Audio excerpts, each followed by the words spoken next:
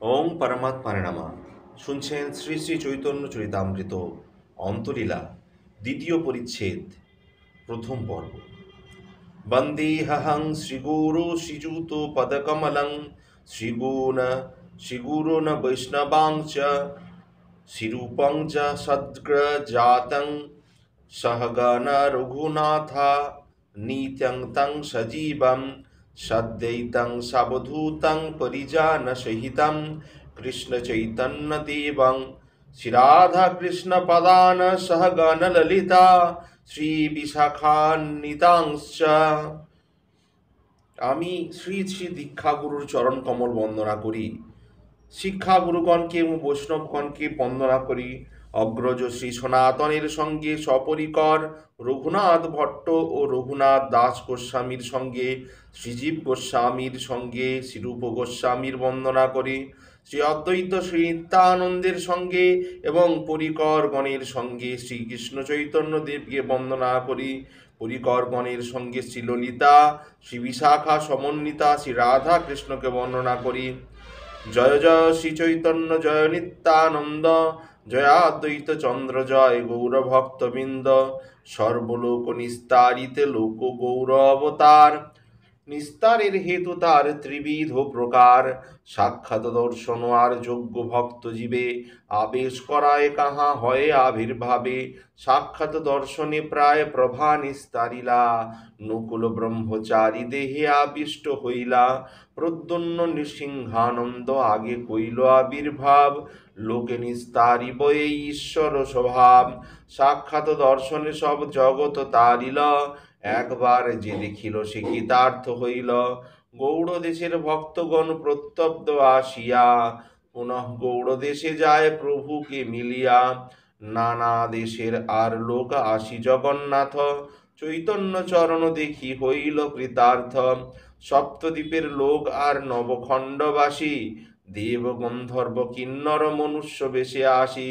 প্রভুকে দেখিয়া যায় বৈষ্ণব হইয়া, কৃষ্ণ কৃষ্ণ বলি নাচে প্রেমাবিষ্ট হইয়া। এই মতো ত্রিজগৎ দর্শনে নিস্তারি, যে কেহ আসিতে নারে অনেক সংসারী। তা সব তারিতে প্রভু এই সব দেশে, যোগ্য ভক্ত জীব দেহে করেন আবেশে। সেই জীবে নিজ শক্তি করেন প্রকাশে, তাহার দর্শনে বৈষ্ণব হয় সর্বদেশে। এই মতো আবেশে তারিল ত্রিভুবন, গৌড়ে জয়ছে আবেশ করি কৃষ্ণ দর্শন। অম্বু আমুলুকে হয় নকুল ব্রহ্মচারী, পরম বৈষ্ণব দেহ বড় অধিকারী। গৌড় দেশে লোক নিস্তারিত মন কইল, নকুল হৃদয়ে প্রভু আবেশে করিল। গ্রস্ত প্রায় নকুল প্রেমাবৃষ্ট হইয়া, হাসে কাঁদে নাচে গায়ে উন্মত্ত হইয়া। অশ্রুকম্প স্তম্ভ সেদ সাত্ত্বিক বিকার, নিরন্তর প্রেমে নিত্য সঘন হুঙ্কার।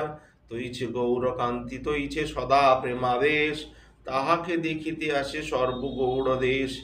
যারে দেখে তারে কহে কহ কৃষ্ণ নাম, তাহার দর্শনে লোক হয় প্রেমোদ্যাম। চৈতন্য আবেশ হয় নকুলের দেহে, শুনি শিবানন্দ আইলা করিয়া সন্দেহে। পরীক্ষা করিতে তার সবে ইচ্ছা হইল, বাহিরে রহিয়া তবে বিচার করিল।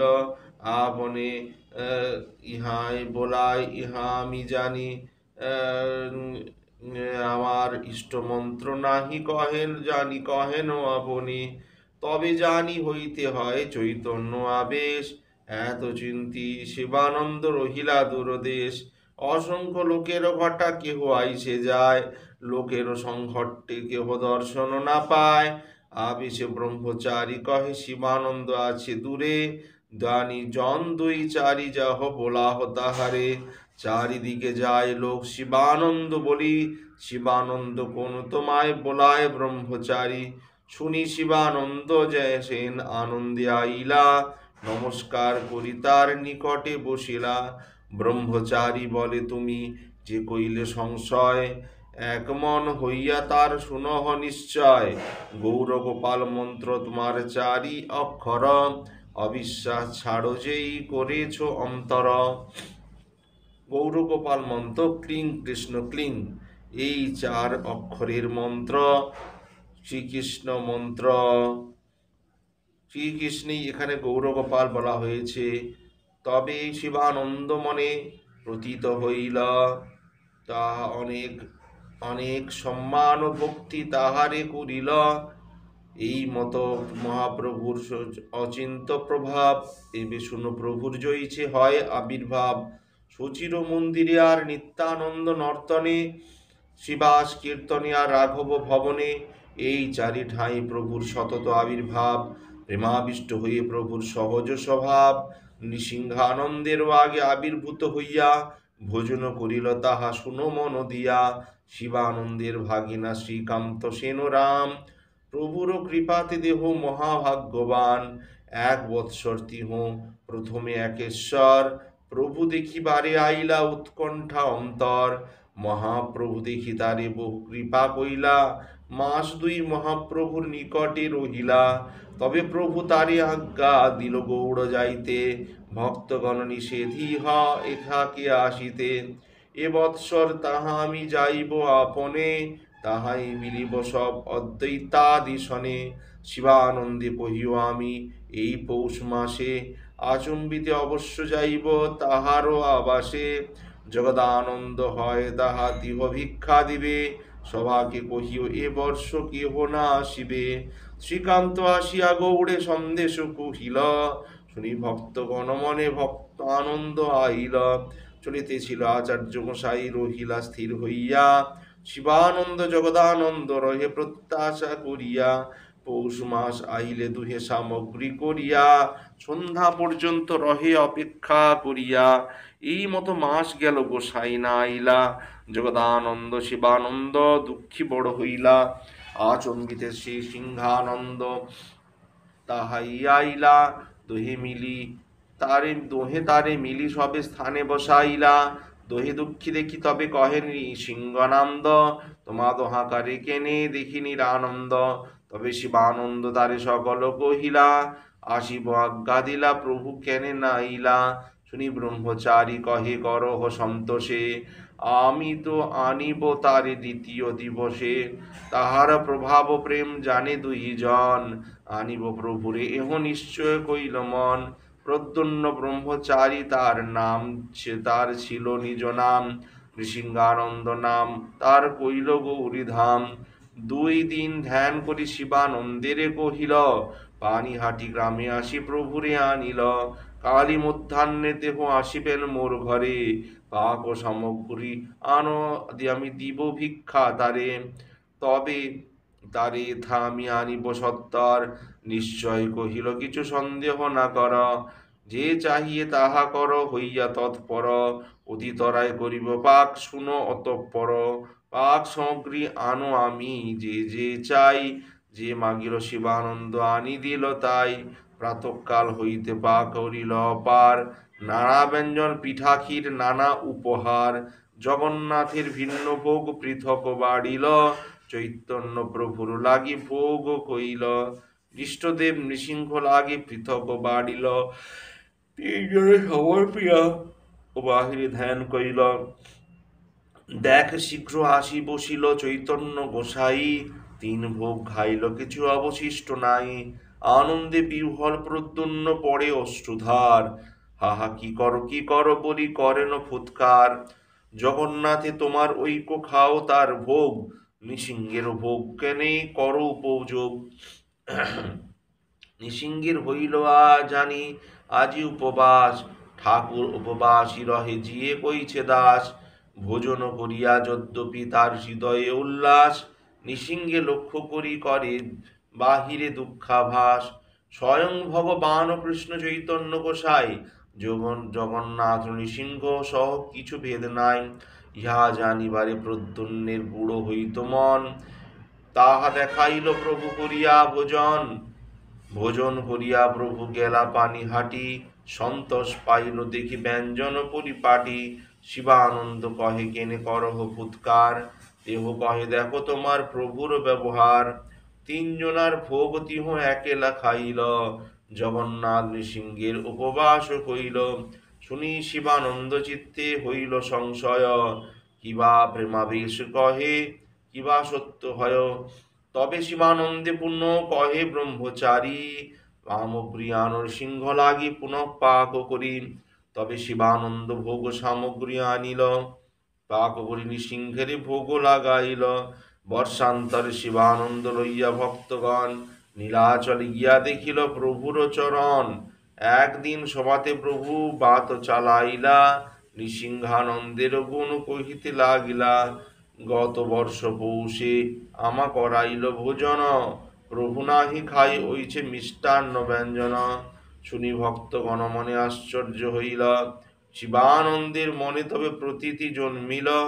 এই মতসূচি গৃহে সতত ভোজন, শিবাসের গৃহে করেন কীর্তন দর্শন। নিত্যানন্দের নিত্য দেখি আসিবারে বারে, নিরন্তর আবির্ভাব রাঘবের ঘরে। প্রেমবশে গৌর প্রভু যারা প্রেমোত্তম, প্রেমবশ হইয়া তাহা দেন দর্শন। শিবানন্দের প্রেম সীমা কে কহিতে পারে, যাহা প্রেম বশ গৌর আইসে বারে বারে। এই তো কহিল গৌরের আবির্ভাব, ইহা যেই শুনে জানে চৈতন্য প্রভাব। ইহা যেই শুনে জানে চৈতন্য প্রভাব। পুরুষোত্তমে প্রভু পাশে ভগবান আচার্য, পরম বৈষ্ণব দেহ সুবণ্ডিত আর্য। সখ্য ভাবাক্রান্ত চিত্ত গোপ অবতার, স্বরূপ গোসাই সহ সখ্য ব্যবহার। একান্ত ভাবে আশ্রী আছে চৈতন্য চরণ, মধ্যে মধ্যে প্রভুকে দেহ করে নিমন্ত্রণ।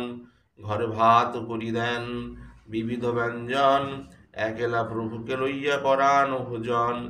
তার পিতা বিষয়ী বড় শতানন্দ খান, বিষয় বিমুখাচার্য বৈরাগ্য প্রধান। গোপাল ভট্টাচার্য নাম তার ছোট ভাই, কাশীতে বেদান্ত পুরী গেল তার ঠাই। আচার্য তাহারে প্রভু পাশে মিলাইলা, অন্তর্যামী প্রভু চিত্তে সুখ না পাইলা। আচার্য সম্বন্ধে বাহ্যে করে বেদভ্যাস, কৃষ্ণ ভক্তি বিনা প্রভুর না হয় উল্লাস। স্বরূপ গোসাইরে আচার্য কহে আর দিনে, বেদান্ত পুরী গোপাল আসিয়াছে এখানে। সবে মিলিয়া আইস ভাষ্য শুনি ইহার স্থানে, প্রেম ক্রোধে স্বরূপ তার বলেন বচনে। বুদ্ধিভ্রষ্ট হইল তোমার গোপালেরও সঙ্গে, মায়াবাদ শুনিবারে উপজিল রঙ্গে।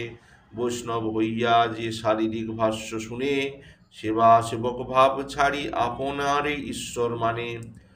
শ্রী ভগবান জীবের সেব্য এবং জীব তাহার সেবক নিত্যদাস, একলে কৃষ্ণ প্রভু স্বর সবে দাস। এই ভাব, এটাই বৈষ্ণবের ভাব।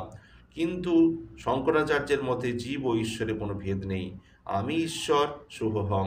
এটাই শঙ্কর অনুগামীদের মত। এই মত বৈষ্ণবদের মতের বিপরীত। বৈষ্ণব যদি শঙ্কর ভাষ্য শুনে, তাহলে তার সেব্য সেবক ভাব দূর হয়ে আমি ঈশ্বর এই ভক্তিবিরোধী ভাব জমতে পারে। শ্রীমদ্ ভাগবত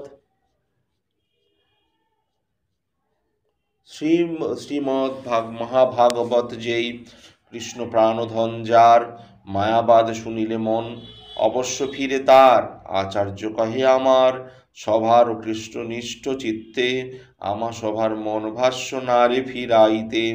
স্বরূপ কহে তথাপি মায়াবাদ শ্রবণে, চিৎ ব্রহ্ম মায়া মিথ্যা এই মাত্র শুনে। জীবাজ্ঞান কল্পিত ঈশ্বর সকলই অজ্ঞান, যাহার শ্রবণে ভক্তের ফাটে মন কান। লজ্জা ভয় পাইয়া আচার্য মৌন রহিলা, আর দিন গোপালের দেশে পাঠাইলা। একদিন আচার্য প্রভুকে কইলা নিমন্ত্রণ, ঘরে ভাত করি করে বিবিধ ব্যঞ্জন। ছোট হরিদাস নাম প্রভুর কীর্তনিয়া, তাহারে করেন আচার্য কহেন ডাকিয়া আনিয়া।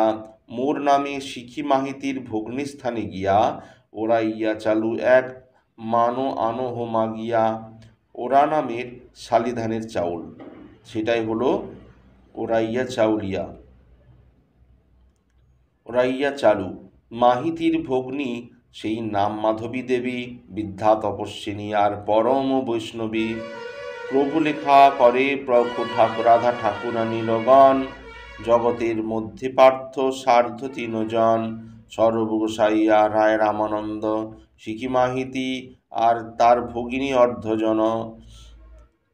তার ঠাঁই তণ্ডুল মাগি আনিল হরিদাস। তণ্ডুল দেখি ভট্টাচার্যের হইল উল্লাস। স্নেহেতে রান্ধিল প্রভুর প্রিয় যে ব্যঞ্জন। দেউল প্রসাদ আদা চাকি লেম্বু সলবন। শ্রী জগন্নাথের মন্দির থেকে আনিত মহাপ্রসাদ দেউল প্রসাদ। মধ্যাহ্নে আসিয়া প্রভু ভোজনে বসিলা। সল্লান্ন দেখি প্রভু আচার্যে পুছিলা। উত্তম অন্ন এ তণ্ডুল কাহাতে পাইলা। আচার্য কহে মাধবী দেবী পাশে মাগিয়া আনিলা। প্রভু কহে কোন যাই মাগিয়া আনিল। ছোট হরিদাসের নাম আচার্য করিল। অন্ন প্রশংসিয়া প্রভু ভোজন করিলা। নিজ গ্রহে আসি মহানন্দে গোবিন্দেরে আজ্ঞা দিলাম। আজি হইতে এই মোর আজ্ঞা পালিবা। ছোট হরিদাসে ইহা আসিতে না দিবা। দ্বার মানা হইল হরিদাস দুঃখী হইল মনে। কি লাগিয়া দ্বার মানা কেহ নাহি জানে। 3 দিন হরিদাস করে উপবাস। স্বরূপাদি আসি পুছিলা মহাপ্রভুর পাশ। কোন অপরাধ প্রভু কইল হরিদাস। কি লাগিয়া দ্বার মানা করে উপবাস। প্রভু কহে বৈরাগী করে প্রকৃতি সম্ভাষণ। দেখিতে না পারি আমি তাহার বদন। দুর্বার ইন্দ্রিয় করে বিষয় গ্রহণ। দ্বারও প্রকৃতি হরে মহামুনির মন। দারু অর্থাৎ কাষ্ঠ নির্মিত স্ত্রীলোকের মূর্তি। জিতেন্দ্রীয় মুনিগণেরও মন হরণ করে। ইন্দ্রিয়ের এই দুর্নিবার ভোগবাসনা। তথাই শ্রীমদ্ ভাগবতে মাত্রা শ্বাসা দুহিত্রা বা না বিবিক্তা সনুভবেদ। বলবান ইন্দ্রিয়গ্রাম্য বিদ্যাং সমুপিকর্ষতি। মাত্রা শ্বাসা দুহিত্রা বা মাতা ভগ্নী বা কন্যার সহিত অবিবিক্তিয়া সনন ভবেদ। সংকীর্ণ আসনে উপবেশন করিবে না। বলবান ইন্দ্রিয়গ্রাম প্রবল ইন্দ্রিয় সকল। বিদ্যাং সমপিকর্ষতি পণ্ডিতকেও আকর্ষণ করে। ক্ষুদ্র জীব কীট জীব সব মর্কট বৈরাগ্য করিয়া। ইন্দ্রিয় চারণ্যা বুলে প্রকৃতি সম্ভাসিয়া। বানরের মতো বৈরাগ্য করে কিন্তু অন্তরে রয়েছে তীব্র ভোগবাসনা। বুলে অর্থাৎ ভ্রমণ করে। এত বলি মহাপ্রভু অভ্যন্তরে গেলা। গোসাই ভাব বেশে দেখি সবে মৌন কইলা। 8 দিন সবে মিলি প্রভুর চরণে হরিদাস লাগি কিছু কইল নিবেদনে। অল্প অপরাধ প্রভু করহ প্রসাদ। এবে শিক্ষা হইল না করিবে অপরাধ। প্রভু কহে মোর বশ নহে মোর বন। প্রকৃতি সম্ভাসী বৈরাগী না করে দর্শন। নিজ কার্যে যাহ সবে ছাড়ো বৃথা কথা। পুনঃ যদি কহ আমা না দেখিবে হেথা। এত শুনি সবে নিজ কর্ণে হস্ত দিয়া। নিজ নিজ কার্যে সব চলিল উঠিয়া। প্রভু মধ্যাহ্ন করিতে চলি গেলা। বুঝা নাহি যায় এই মহাপ্রভুর লীলা। 8 দিন সবে পরমানন্দ পুরীস্থানে। প্রভুকে প্রসন্ন কর কইল নিবেদনে। তবে পুরী গোসাই একা প্রভু স্থানে আসিলা। নমস্কারী প্রভু তারে সম্ভ্রমে বসাইলা। পুছিলা কি আজ্ঞা কেনে কইলে আগমন। হরিদাসে প্রসাদ লাগি কইল নিবেদন। শুনি মহাপ্রভু কহে শুনহ গোসাই। সব বৈষ্ণব লইয়া তুমি রহ এই ঠাঁই। মোরে আজ্ঞা দেহ মুই যাং আলালনাথ। একালা রহিব যাহা গোবিন্দ মাত্র সাধ। এত বলি প্রভু মহা গোবিন্দের বলাইলা। পুরী নমস্কারে করি উঠিয়া চলিলা। আস্তে বাস্তে পুরী গোসাই বহু স্থানে গেলা। অনুনয় করি প্রভুরে ঘরে বসাইলা। যে তোমার ইচ্ছা তাহি কর স্বতন্ত্র ঈশ্বর। কে বাকে বলিতে পারে তোমার উপর। লোকহিত লাগি তোমার সব ব্যবহার। আমি সব না জানি গম্ভীর হৃদয় ও তোমার। এত বলি পুরী গোসাই গেলা নিজ স্থানে। হরিদাস ঠাঁই আইলা সব ভক্তগণে। সর্ব গোসাই কহে শুনো হরিদাস। সবে তোমার হিত কহি করহ বিশ্বাস। প্রভু হটে পড়িয়া আছে স্বতন্ত্র ঈশ্বর। হটে অর্থাৎ জিতে। প্রভু কৃপা করিবেন যাতে দয়ালু অন্তর। তুমি হট কইলে তার হটে যে বাড়িবে অর্থাৎ জেদ। স্নান ভোজন করো আপনি ক্রোধে যাবে। এত বলি তারে স্নান ভোজন করাইয়া ঘরে আপনার ঘরে আইলা তারে আশ্বাসিয়া। প্রভু যদি যান জগন্নাথ দর্শনে। দূরে রহি হরিদাস করেন দর্শনে। মহাপ্রভু কৃপা সিন্ধু কে পারে বুঝিতে, প্রিয় ভক্তি দণ্ড করে ধর্ম বুঝাইতে। দেহি ত্রাস উপজিল সব ভক্তগণে, স্বপ্নে ছাড়িল সবে স্ত্রী সম্ভাষণে। এই মতো হরিদাসের 1 বৎসর গেল, তো মহাপ্রভুর মনে প্রসাদ নহিল। রাত্রি অবশেষে প্রভুরে দণ্ডবত হইয়া, প্রয়াগেতে গেল কারে কিছু না বলিয়া। প্রভুপদ প্রাপ্তি লাগি সংকল্প করিল, ত্রিবেণী প্রবেশ করি প্রাণ ছাড়িল। সেই ক্ষণে দিব্যদেহে প্রভু স্থানে আইলা, প্রভু কৃপা পাইয়া অন্তর্ধানেই রহিলা। গন্ধর্বের দেহে গান করে অন্তর্ধানে, রাত্রে প্রভুরে শুনাই গীত নাহে অন্য শুনে। একদিন মহাপ্রভু পুছিলা ভক্তগণে, হরিদাস কাহা তারে আনহ এখানে। সবে কহে হরিদাস বর্ষপূর্ণ দিনে, রাত্রে উঠি কাহা গেলা কেহ নাহি জানে। শুনি মহাপ্রভু ঈষৎ হাসিয়া কহিলা, সব ভক্ত বনরণে বিস্ময়ে রহিলা। একদিন জগদানন্দ স্বরূপ গোবিন্দ, কাশীশ্বর শঙ্কর দামোদর মুকুন্দ, সমুদ্র স্নানে গেলা সবে শুনো কথা দূরে। হরিদাস গায়েন যেন ডাকি কণ্ঠস্বরে, মনুষ্য না দেখে মধুর গীত মাত্র শুনে। গোবিন্দ আদি মিলি সবে কইল অনুমানে, বিষ খাইয়া হরিদাস আত্মঘাত কইল। এতেই পাপে জানি ব্রহ্ম রাক্ষস হইল, আকারে না দেখি তার শুনি মাত্র গান। স্বরূপ কহেন এই মিথ্যা অনুমান, আজন্ম কৃষ্ণ কীর্তন প্রভুর সেবন। প্রভুর কৃপা মাত্র তার ক্ষেত্রের মরণ, দুর্গতি না হয় তার সদ্গতি যে হয়। ক্ষেত্রের মরণ অর্থাৎ শ্রীক্ষেত্রে পরিধামী দেহত্যাগ। মহাপ্রভুর ভঙ্গি এই পাছে জানিবে নিশ্চয়। প্রয়াগ হইতে এক বৈষ্ণব নবদ্বীপ আইলা, হরিদাসের বার্তা দেহ সবারে কহিলা।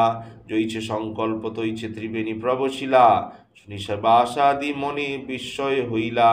বর্ষান্তর শিবানন্দ সব ভক্ত লইয়া, প্রভুরে মিলিয়া আসি আনন্দিত হইলা। হরিদাস কাহা যদি বাস বুঝিলা, স্বধর্ম সকর্ম ফলভোগ প্রমাণ। প্রভু উত্তর দিলা, তবে শ্রীনিবাস তার বৃত্তান্ত কহিলা। জৈছে সংকল্প করি ত্রিবেণী প্রবেশিলা, শুনি প্রভু আসি কহে সুপ্রসন্ন চিত্ত। প্রকৃতি দর্শন কইলে এই প্রায়শ্চিত্ত, স্বরূপাদি মিলি তবে বিচার করিলা। ত্রিবেণী প্রভায় হরিদাস প্রভু পদ পাইলা। এই মতো লীলা করে সচিরনন্দন, যাহার শ্রবণে ভক্তের জুড়ায় কর্ণমন। আপন্ন কারুণ্য লোকে বৈরাগ্য শিক্ষণ, স্বভক্তের গাঢ় অনুরাগ প্রকটাকরণ। তীর্থের মহিমা নিজ ভক্তি আত্মসাৎ, এক লীলায় করে প্রভু কার্য 5 সাপ। মধুর চৈতন্য লীলা সমুদ্র গম্ভীর, লোকে নাহি বোঝে বুঝে এই ভক্ত ধীর। বিশ্বাস করিয়া শোন চৈতন্য চরিত, তর্ক না করিও তর্কে হয় বিপরীত। শ্রীরূপ রঘুনাথ পদে যার আস, শ্রী চৈতন্য চরিতামৃত কহে কৃষ্ণদাস। সকর্ম ফলভোগ প্রমাণ, যে যেমন কর্ম করে সে তেমন ফল ভোগ করে। সুতরাং হরিদাস যেমন কর্ম করেছেন তেমন ফল ভোগ করেছেন, অর্থাৎ দিব্যদেহে কীর্তন শুনিয়ে মহাপ্রভুর আনন্দ বর্ধনের সৌভাগ্য লাভ করেছেন। তাই সকর্ম ফলভোগ প্রমাণ।